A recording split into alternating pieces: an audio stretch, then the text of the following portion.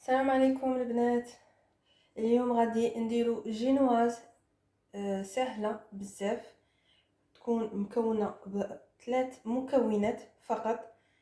غادي نديرو 3 بيض يكون في حراره المطبخ. غادي نزيدو سكر 90 غرام سكر و90 غرام فرينه. 3 مكونات فقط نقدروا نديرو هذه الجينواز بلا لافاني بلا خميره بلا حتى اضافات اخرى.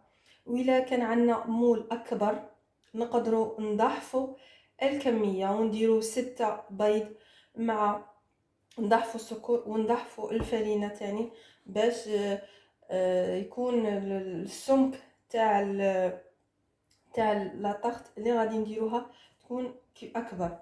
وإلا كنا غادي باغيين نديروها او شوكولا غادي باغ اكزومبل الا كان درنا 3 بيض ودرنا 90 غرام سكر غادي نديرو 60 غرام فرينه و30 غرام كاكاو.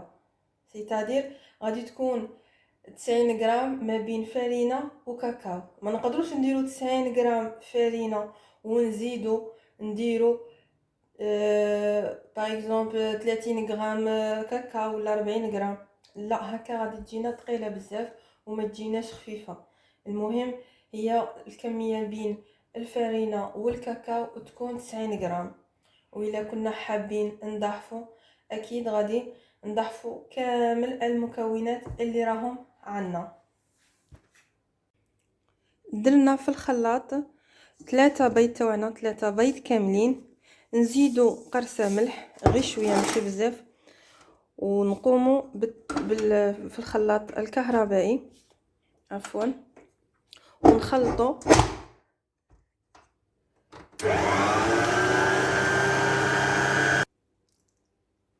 بعد ما خلطنا شويه البيض تاعنا غادي نزيدو نضيفو سكر نضيفوه كامل اللي هي 90 غرام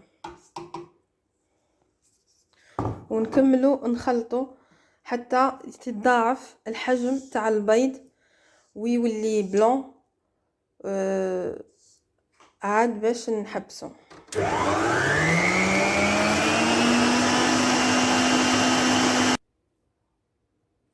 بعد ما خلطنا البيض بهذه الطريقه مع السكر حتى يولي كي من هاك في الموس عاد نحبسو الدراب الكهربائي الخلاط الكهربائي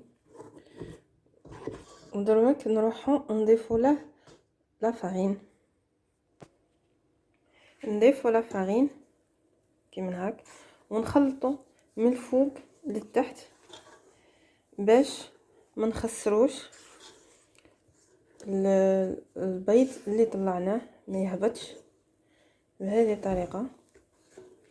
وما ننسوش باش نغربلو الفرينه باش تجينا خفيفه كي من هاك.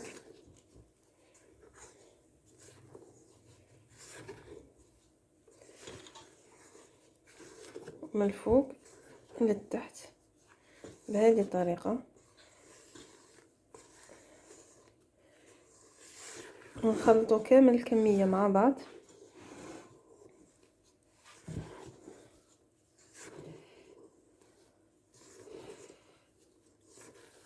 حتى نشوف الخليط كامل تخلط متزج مع بعض بهذه الطريقه.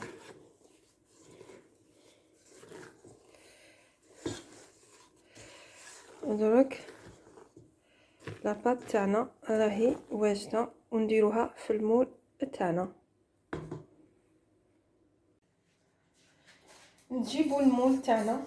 دونك هذا المول هو ماشي كبير فيه نقولوا 15 سنتيمتر على 15 ديامتر على 10. نديروا له الدهان الزبده كيما هكا كامل القاع والجوانب بهذه الطريقه كامل كيما هكا.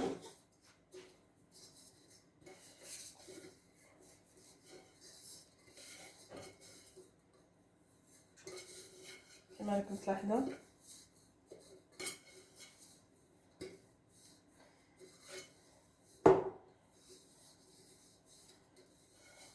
غادي نزيد شويه فرينه جوست في القاع، خاطرش في الجوانب غادي ندير ورقه الزبده من هاك، وفي الجوانب غادي نجيب ورقه الزبده نقصها على حساب المول تاعنا ونديرها باش هكا الخليط يزيد يرتفع، تكون عنده بهذه الطريقه باش يجي المول تاعنا يجي عالي. كيف تجي عاليه بهذه الطريقه، نلزقوه في الاطراف بس رانا دايرين الزبده باش ما تجيش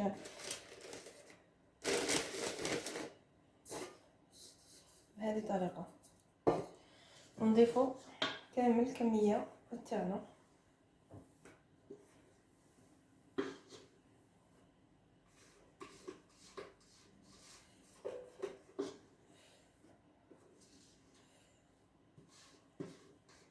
واكيد الا كان عندكم مول اكبر ما غاديش يجي بهذا الارتفاع، غادي لكم تضاعفوا الكميه باش يجيكم ارتفاع اللي راكم حابينه. نحط كامل الخليط ديالنا في المول تاعنا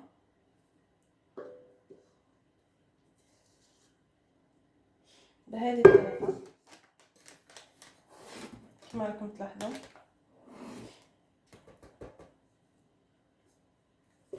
نخلط هاك 3 مرات باش الخليط يولي في سطح واحد، باش ما يوليش جهه هابطه وجهه طالعه بهذه الطريقه. ونسخنوا الفرن 180 درجه، وطيب الناس ديبو كل واحد على حسب الفرن تاعه، وهي نقولوا من 15 دقيقه حتى 20 دقيقه. هاي الكيك تاعنا، هاي الجينواز بعد ما طابت نخلوها تبرد بهذه الطريقه، ومن بعد نديروا لها للديكور اللي رانا حابينه.